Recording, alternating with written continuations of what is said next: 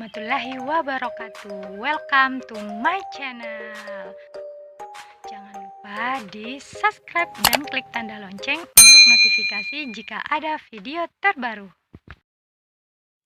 Video kali ini kita akan membahas tentang perkembangbiakan pada hewan, mulai dari perkembangbiakan generatif dan vegetatif. Sebelumnya kita telah membahas sistem reproduksi pada manusia dan sistem perkembangbiakan pada tumbuhan. Kalian tahu tidak, ternyata sistem perkembangbiakan pada hewan unik ya, dan beragam. Salah satunya ada yang memutuskan dirinya menjadi dua bagian, lalu dari potongan tubuhnya tersebut bisa membentuk individu baru. Ini serius ya, hewan tersebut adalah cacing pipih. Pasti kalian bertanya, kenapa bisa ya cacing pipih melakukan hal tersebut? Karena cacing pipih melakukan proses perkembangbiakan dengan cara fragmentasi. Berkembangbiak dilakukan oleh makhluk hidup untuk memastikan bahwa mereka memiliki keturunan untuk melestarikan jenisnya supaya tidak punah. Oleh karena itu, berkembangbiak merupakan salah satu karakteristik dasar yang dimiliki oleh setiap makhluk hidup.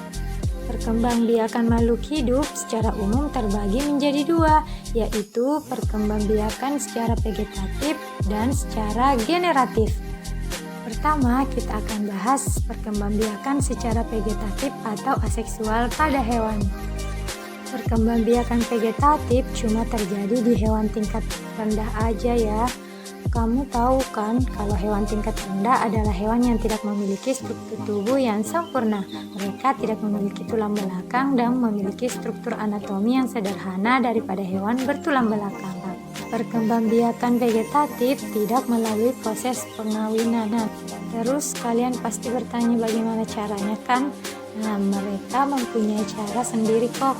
Ada 4 cara untuk berkembangbiak vegetatif, yaitu dengan cara bertunas, fragmentasi, pembelahan biner, dan parthenogenesis.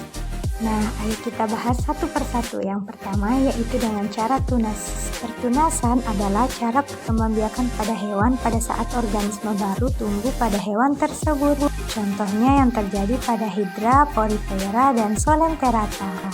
Langkah pertama dalam siklus reproduksi Hydra adalah tunas. Lalu terjadi pelepasan sperma dari Hydra jantan. Sperma dilepaskan dari gonad jantan yang merupakan organ seksual digunakan untuk perkembangbiakan sperma di Hydra.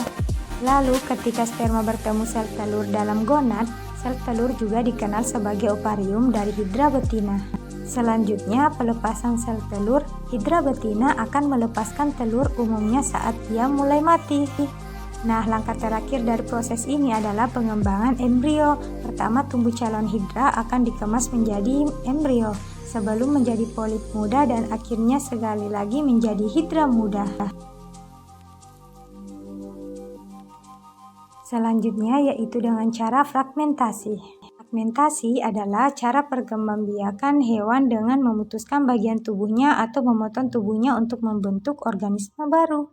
Contohnya yang terjadi pada hewan cacing pipih. Cacing pipih hidup di laut, danau, dan sungai, bahkan bisa menjadi parasit di dalam tubuh organisme lain. Dengan cara aseksual, cacing pipih berkembang biak dengan cara pembelahan tubuh. Namun setiap hasil dari pembelahan akan meregenerasi bagian yang telah hilang. Sedangkan secara seksual baru bisa dilakukan dengan cara kawin silang meskipun hewan ini bersifat hermafrodit. Selanjutnya yaitu dengan cara pembelahan diri. Pembelahan diri di sini terjadi pada hewan yang bersel satu seperti amoeba. Ketika membelah diri, inti selnya membelah menjadi dua bagian dengan pembelahan cairan dan dinding sel menjadi dua individu baru. Terus apa bedanya dong dengan fragmentasi? Nah, kalau fragmentasi dari potongan induknya akan tumbuh anggota tubuh yang baru. Kalau membelah diri setelah induknya membelah dua akan langsung menjadi individu yang lengkap. Ukuran hewan bersel satu ini sangat kecil, jadi hanya bisa dilihat dengan alat berupa mikroskop. Contoh hewan yang berkembang biak dengan membelah diri adalah amoeba. Amoeba adalah hewan yang hidup di air atau sebagai parasit pada hewan lain, dan bentuk tubuhnya selalu berubah-ubah. Dan yang terakhir yaitu dengan cara partenogenesis. Partenogenesis adalah reproduksi di mana individu baru yang secara genetik identik dengan induknya berkembang dengan telur yang tidak dibuahi. Contohnya pada hewan, lebah, tawon, semut, dan lain-lain. Ratu lebah adalah diktator ulung dalam sebuah koloni lebah, bukan hanya dari segi perintah, namun dari segi perkembangbiakan ia mengatur segalanya. Tidak ada yang boleh berkuasa melebihi sang ratu. Dia membuat anak-anak betinanya mandul, supaya hanya dialah ratu yang pantas dipuja seluruh penghuni. Anak-anak yang mandul tersebut dihasilkan dari proses partenogenesis, yaitu telur sang ratu yang berkembang begitu saja menjadi larva tanpa dibuahi sperma terlebih dahulu. Ribuan larva dari partenogenesis tersebut, baik jantan ataupun betina, hanya memiliki setengah kromosom ratu, atau disebut haploid. Kasta mereka rendah karena tidak ikut andil dalam soal reproduksi. Mereka hanya makhluk malang yang bertugas memastikan ekonomi koloni berjalan lancar. Partenogenesis dipandang sebagai penyimpangan reproduksi seksual karena hewan yang bereproduksi secara partenogenesis berevolusi dari organisme yang pernah bereproduksi secara seksual. Dalam reproduksi seksual, sel-sel kelamin betina atau sel telur harus dibuahi oleh sel-sel kelamin jantan, biasanya sperma, agar perkembangan dapat terjadi.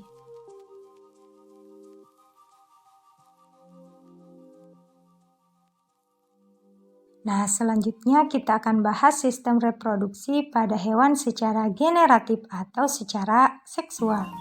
Secara umum terbagi menjadi 3 jenis, yaitu ovipar, vivipar, dan ovovivipar. Perkembangbiakan secara generatif atau seksual terjadi jika sel kelamin jantan atau spermatozoid bertemu dengan sel kelamin betina atau sel telur. Kemudian terjadilah pembuahan atau fertilisasi. Perkembangbiakan pada hewan secara generatif terbagi menjadi 3, yaitu ovipar, vivipar, dan ovovivipar. Yang pertama yaitu ovipar atau perkembangbiakan hewan dengan cara menghasilkan telur. Ciri-ciri hewan ovipar yaitu mengerami telurnya dan tidak memiliki kelenjar susu seperti pada hewan burung, angsa, bebek, kupu-kupu, dan lain-lain. Dalam ovipar terdapat 2 metamorfosis, yaitu metamorfosis sempurna dan metamorfosis tidak sempurna. Metamorfosis sempurna contohnya kupu-kupu. Seekor kupu-kupu memulai hidup sebagai telur yang sangat kecil, bulat, lonjong, atau silinder. Telur akhirnya menetas dan ia tumbuh menjadi larva. Tahap inilah yang dinamakan dengan ulat. Kemudian ulat membentuk diri menjadi pupa. Tahap ini juga dikenal sebagai kepompong. Akhirnya ketika ulat telah melakukan semua pembentukan dan perubahan di dalam pupa, ia akan muncul kembali menjadi kupu-kupu dewasa. Selanjutnya pada metamorfosis tidak sempurna, contohnya yaitu kecoak. Siklus dimulai dari bertelur, lalu berkembang menjadi bayi-bayi nimfa. Selanjutnya mengalami proses molting sebanyak 4 kali dan menghasilkan nimfa muda. Seiring berjalannya waktu, nimfa berubah menjadi kecoa dewasa. Nah, selanjutnya yang kedua yaitu vivipar atau perkembangbiakan hewan dengan cara pembelahan sel jantan terhadap sel telur betina di dalam tubuh induknya. Contohnya yaitu kucing yang melakukan perkembangbiakan dengan cara melahirkan. Begitupun dengan kanguru. Kanguru melakukan perkembangbiakan dengan cara melahirkan. Kanguru dan kucing memiliki kelenjar memae atau kelenjar air susu. Selanjutnya yaitu ovovivipar atau perkembangbiakan dengan cara menghasilkan telur, kemudian telur tersebut tetap berada di dalam tubuh induknya sampai menetas. Lalu sang induk akan mengeluarkan dalam bentuk individu yang baru yang sejenis, biasa dengan cara melahirkan. Contohnya yang terjadi pada ular dan kuda laut.